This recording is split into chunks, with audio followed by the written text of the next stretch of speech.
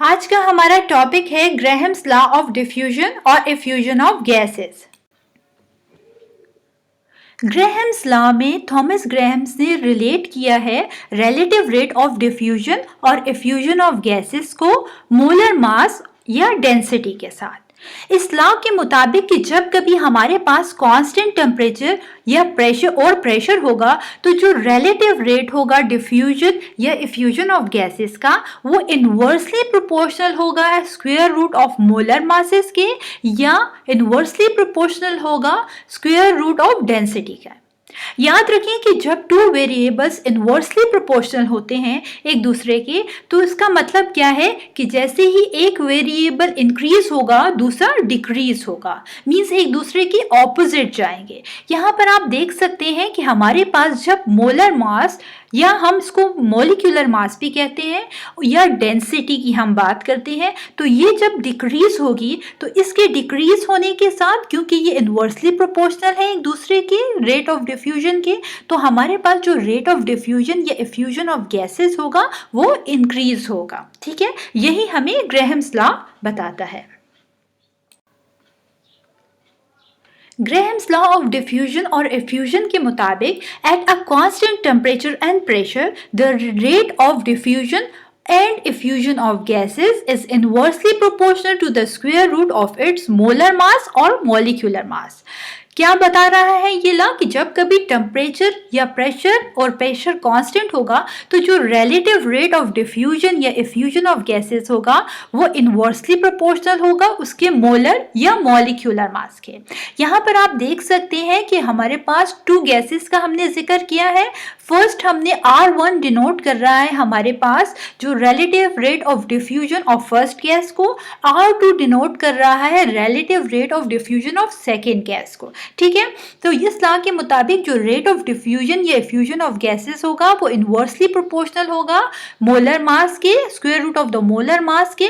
तो जब यहाँ पर आप देख सकते हैं कि R1 is inversely proportional to the square root of molar mass of the first gas, R2 is inversely proportional to the square root of the molar mass of the second gas। ठीक है, आप क्या करेंगे ये two equations को divide करेंगे एक दूसरे पे तो ये हमारे पास आ जाएगा R1 over R2 is directly proportional to the square root of M2 over M1।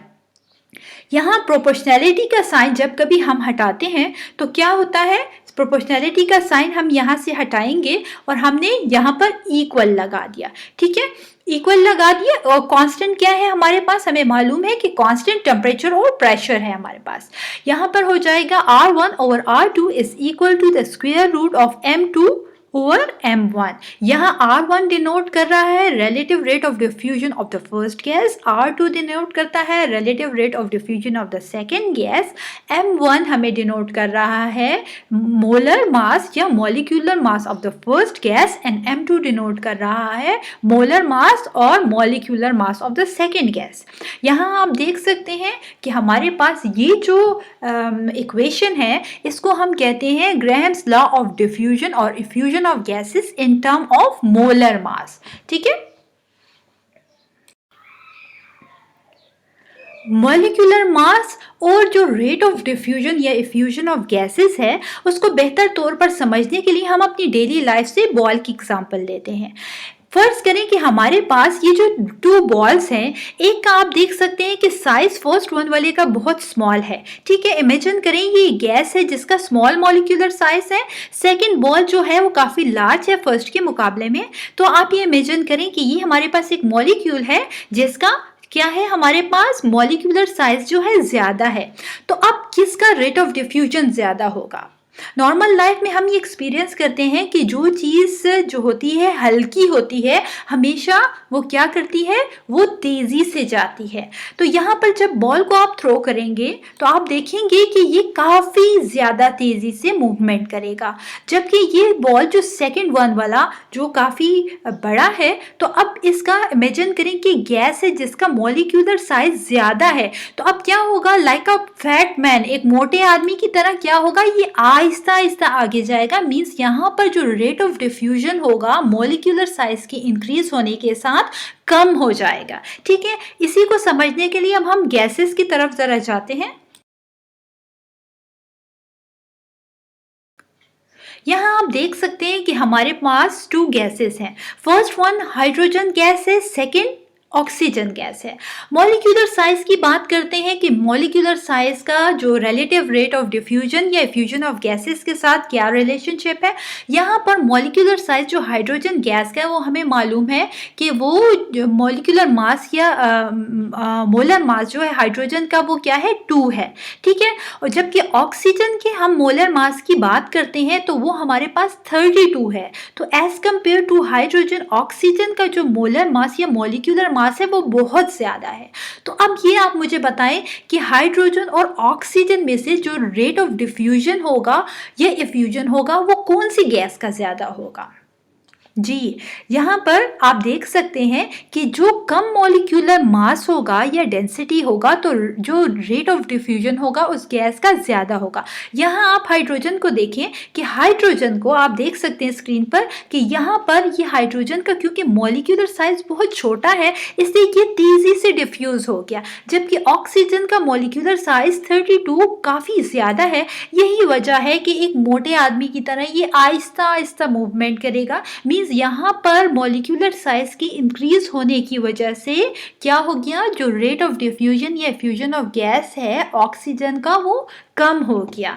तो ये हमें यहाँ पर शो कर रहा है कि मॉलिक्यूलर साइज और जो रिलेटिव रेट ऑफ डिफ्यूजन या इफ्यूजन ऑफ गैसेस हैं उनके दरमियान इनवर्स रिलेशनशिप है। मीन्स ये एक दूसरे के ऑपोजिट हैं। अगर एक फैक्टर एक वेरिएबल इंक्रीज होगा तो दूसरा डेफिनेटली डिक्रीज होगा।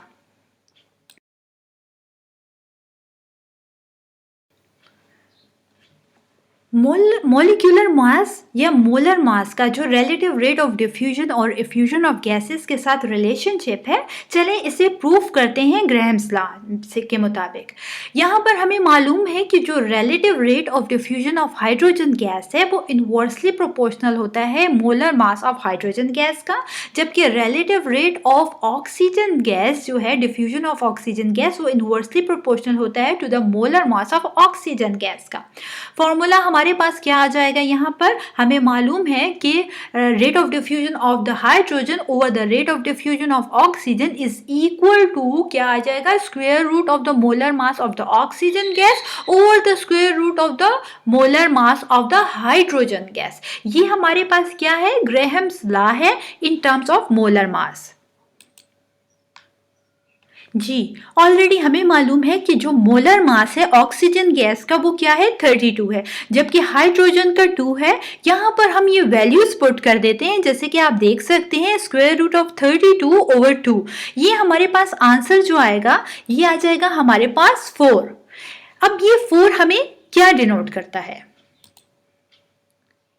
ये वो डिनोट करता है क्योंकि हाइड्रोजन का मोलर मास बहुत ज़्यादा कम है। यही वजह है कि हाइड्रोजन गैस ऑक्सीजन गैस के मुकाबले में 4 टाइम्स ज़्यादा रैपिडली डिफ्यूज़ करती है, ठीक है। Means the rate of diffusion जो है वो हाइड्रोजन गैस का वो 4 टाइम फास्टर है as compare to the rate of diffusion of the oxygen gas. यहाँ हम बात करते हैं ग्राहम्स लॉ ऑफ डिफ्यूजन और इफ्यूजन ऑफ गैसेस की इन टर्म्स ऑफ डेंसिटी, कि डेंसिटी के साथ रिलेटिव रेट ऑफ डिफ्यूजन या इफ्यूजन ऑफ गैसेस का क्या रिलेशन है ग्राहम्स लॉ के मुताबिक। इस लॉ के मुताबिक कि जब कभी हमारे पास कांस्टेंट टेम्परेचर और प्रेशर होगा तो जो रिलेटिव रेट होगा डिफ्यूजन या इफ्यूजन ऑफ गैसेस का वो इनवर्सली प्रोपोर्शनल होगा to the square root of their density. आप देख सकते हैं कि R1 is inversely proportional to the square root of D1। ये मतलब क्या हुआ यहाँ पर कि जो रिलेटिव रेट ऑफ डिफ्यूजन है फर्स्ट गैस का वो इनवर्सली प्रोपोर्शनल होता है उसके स्क्वायर रूट ऑफ डेंसिटी के, ठीक है। फिर R2 डिनोट करता है relative rate of diffusion of the second gas के, जो कि हमारे पास इनवर्सली प्रोपोर्शनल है to the square root of the density के, ठीक है, ऑफ दैट गैस। हमारे पास अब ग्राहम्स लॉ के लिए इक्वेशन क्या आ जाएगी, इन दोनों को हम जब दोनों इक्वेशंस को डिवाइड राइट करेंगे तो हमारे पास आ जाएगी R1/R2 is equal to square root of D2/D1। ये हमें शो करता है कि जो रिलेटिव रेट ऑफ डिफ्यूजन या इफ्यूजन ऑफ गैसेस होती हैं वो इनवर्सली प्रोपोर्शनल होती हैं डेंसिटी के।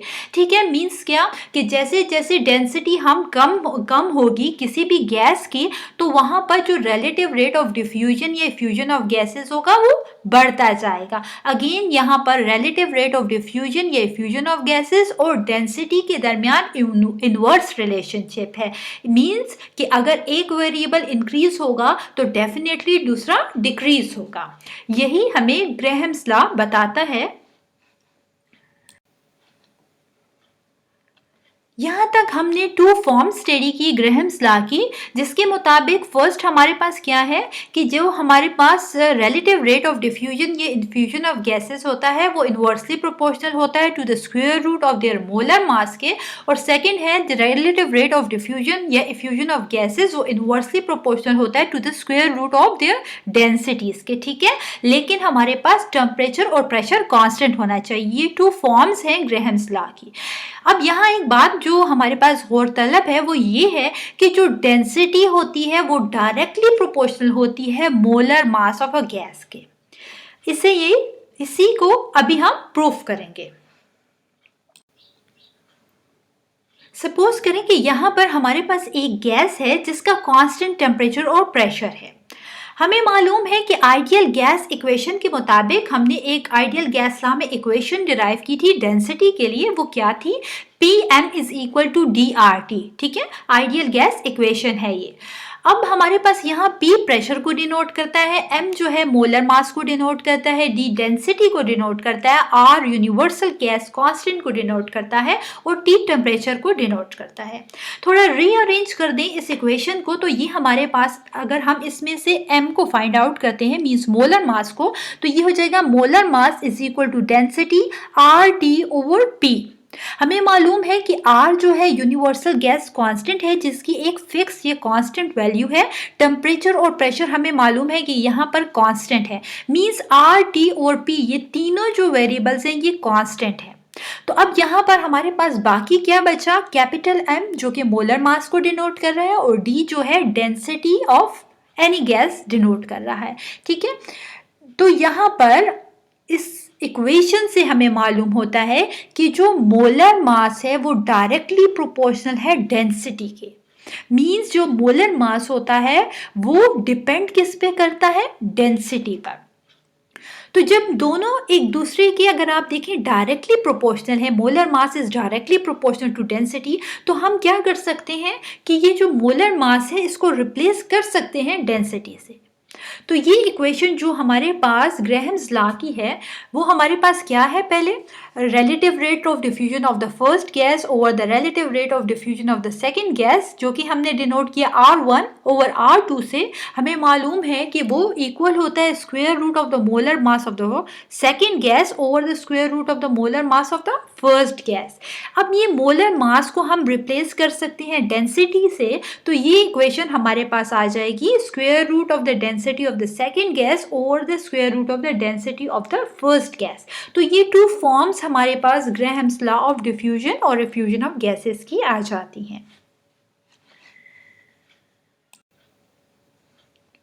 Experimental verification of the Graham's law. आप देख सकते हैं कि ये ग्लास ट्यूब है जो कि 100 सेंटीमीटर लॉन्ग है। ठीक है, अब यहाँ पर एक साइड पर हमने कॉटन स्वॉब लिया और वो उसको ड्रॉपर से उसके ऊपर क्या डाल दिया? अमोनिया डाल दिया। ठीक है, अमोनिया। अब सेकेंड साइड पर हमने HCl को वहाँ पर उस स्वॉब के ऊपर डाल दिया। अब क्या हुआ? हमने जैसे ही दोनों साइड पर, एक साइड पर स्वॉब जो है जिसपे HCl है उसको डाल दिया, दूसरी साइड पे ये ग्लास ट्यूब के हमने अमोनिया वाला कॉटन स्वॉब डाल दिया। अब क्या होगा, ये दोनों गैसेस के जो वेपर्स होंगे ये जाएंगे और एक पॉइंट आएगा जहाँ पर ये दोनों गैसेस जो होंगी मीट करेंगे, ठीक है, एक दूसरे से कांटेक्ट में आ जाएंगे। इस पॉइंट पर जहाँ पर ये अमोनिया और HCl गैस एक दूसरे से रिएक्शन करेंगे तो यहाँ पर एक वाइट सा रिंग बन जाएगा। जैसे कि आप स्क्रीन पर देख सकते हैं कि इस ग्लास ट्यूब में एक वाइट रिंग है, ठीक है। तो यहाँ पर अमोनिया और HCl गैस जो है एक दूसरे से रिएक्शन करेंगे और हमारे पास ये जो वाइट सा रिंग है सॉलिड बनेगा, ये हमारे पास अमोनियम क्लोराइड का रिंग बनेगा। अब जो अमोनिया गैस ने ट्रैवल किया, यहाँ पर आप देख सकते हैं कि ये अमोनिया गैस के जो वेपर्स ने ट्रैवल किया वो 60 सेंटीमीटर का डिस्टेंस इसने कवर किया, जबकि HCl गैस जो है इस रिंग तक उसने जो डिस्टेंस कवर किया इस गैस ने वो 40 सेंटीमीटर है। एज अ रिजल्ट ये अमोनियम क्लोराइड का रिंग बना सॉलिड फॉर्म में हमारे पास।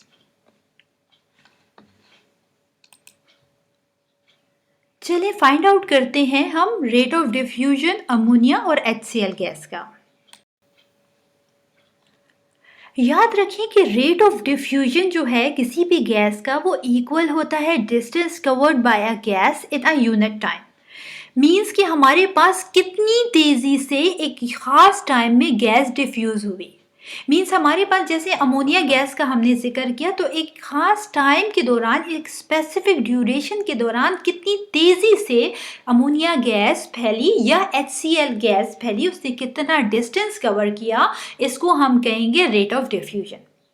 इस फॉर्मूले के मुताबिक जो रेट ऑफ डिफ्यूजन होगा हमारे पास अमोनिया गैस का, उसको R1 से मैंने डिनोट किया है, तो ये इक्वल होगा कि अमोनिया गैस ने कितना डिस्टेंस कवर किया है इन अ स्पेसिफिक टाइम में। तो हम जानते हैं कि हमने जैसे कि अभी देखा कि अमोनिया गैस ने जो डिस्टेंस कवर किया वो 60 सेंटीमीटर का है, ठीक है, स्पेसिफिक टाइम में। तो इसको हम डिनोट कर सकते हैं 60/T से, ठीक है।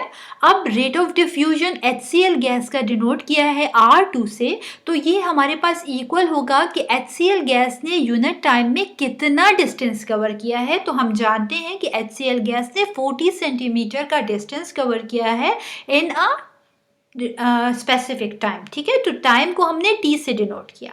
अब रेट ऑफ डिफ्यूजन के लिए फॉर्मूला हमें मालूम है कि क्या R1/R2, R1 डिनोट कर रहा है rate of diffusion of ammonia, R2 denote कर रहा है rate of diffusion of HCl को। दोनों की जो फॉर्मूलाज हैं हमने लिख दिया, 60/T जो कि डिनोट कर रहा है rate of diffusion of ammonia को, और 40/T डिनोट कर रहा है rate of diffusion of HCl gas को। जब इसको हमने सॉल्व करेंगे तो आंसर हमारे पास आ जाएगा 1.5, ठीक है।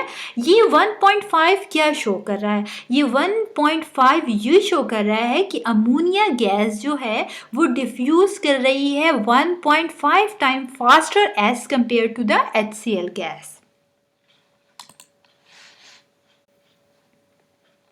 रिलेटिव रेट ऑफ डिफ्यूजन या इफ्यूजन ऑफ गैसेस को हम ये अमोनिया और HCl के मालूम करते हैं ग्रेहम्स लॉ के मुताबिक, ठीक है। हमें मालूम है कि ग्रेहम्स लॉ के मुताबिक जो रिलेटिव रेट ऑफ डिफ्यूजन या इफ्यूजन ऑफ गैसेस होता है वो इनवर्सली प्रोपोर्शनल होता है to the square root of densities के। तो यहाँ पर R1/R2, R1 डिनोट कर रहा है relative rate of diffusion of the ammonia gas, R2 denote कर रहा है relative rate of diffusion of the HCl gas को, इज इक्वल होगा to the square root of the density of the HCl gas over the square root of the density of the ammonia gas। हमें मालूम है कि density HCl की जो है वो हमें गिवन है यहाँ पर, वो है 1.77, ठीक है, 1.77 ये हम पुट कर लेंगे यहाँ पर, जबकि हमें यहाँ पर जो डेंसिटी है अमोनिया गैस की वो है 0.76।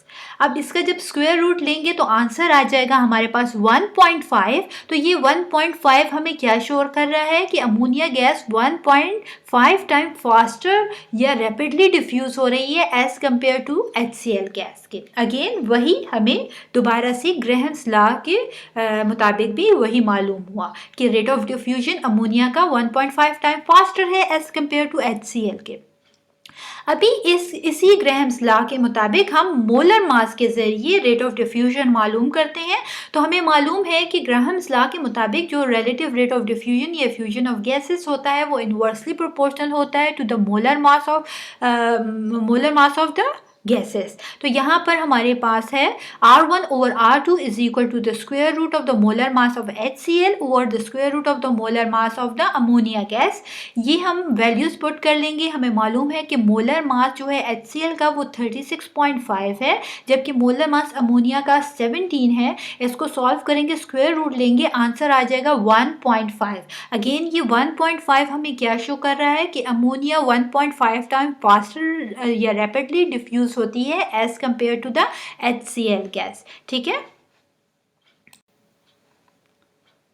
फ्रेंड्स, इस वीडियो को लाइक ज़रूर कीजिएगा, शेयर कीजिएगा अपने तमाम फ्रेंड्स के साथ और सब्सक्राइब करना मत भूलिए हम सबके चैनल डिजिटल केमिस्ट्री को। Thank you for watching.